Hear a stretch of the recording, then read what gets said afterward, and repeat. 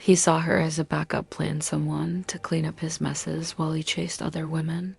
He didn't realize that even a backup plan has an expiration date.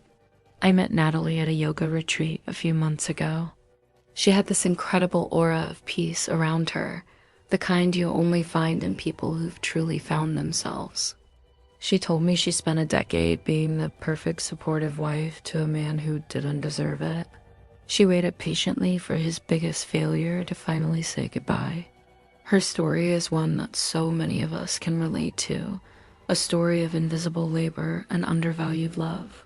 For 10 years, Natalie was the engine that kept her husband's life running. She wasn't just a wife. She was his project manager, his accountant, his therapist, and his biggest cheerleader. While he was out chasing flashy business deals and, as she later found out, other women, she was at home meticulously managing everything. She handled the household finances, organized his chaotic schedule, entertained his business partners, and massaged his ego whenever it was bruised. She poured her heart and soul into building his company, believing that his success would be their success. He called her his rock, his foundation, but really, she was the entire building. She did all of this while knowing, deep down, that he was being unfaithful.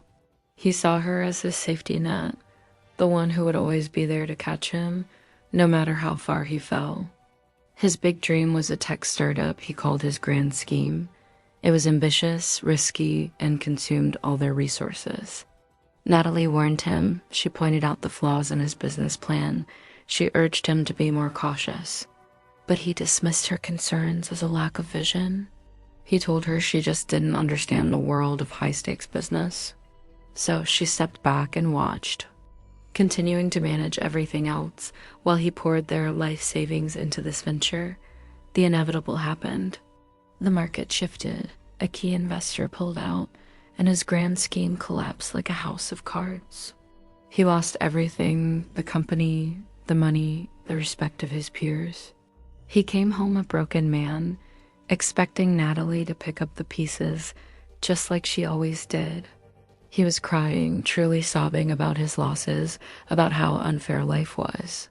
He looked at her, expecting sympathy, expecting her to say, "Don't worry, we'll figure this out." But this time was different. Natalie had been preparing for this moment. While he was crashing and burning, she was quietly making her own plans. As he sat there, wallowing in his self-pity, she calmly walked over to him. She didn't yell, she didn't cry. She simply placed a folder on the table in front of him. Inside were the divorce papers. His look of shock was something she'd never forget. He couldn't understand. How could she leave him now when he needed her most? He didn't realize that he had used up all his chances.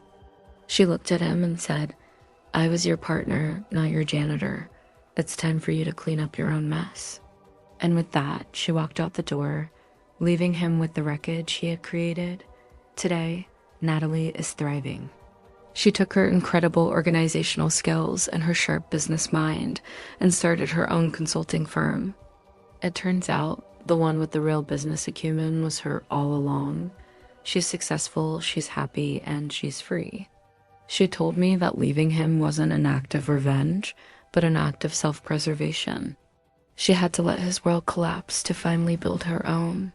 Her story is a powerful reminder that you are not anyone's backup plan. You are the main event. She realized she wasn't just his rock.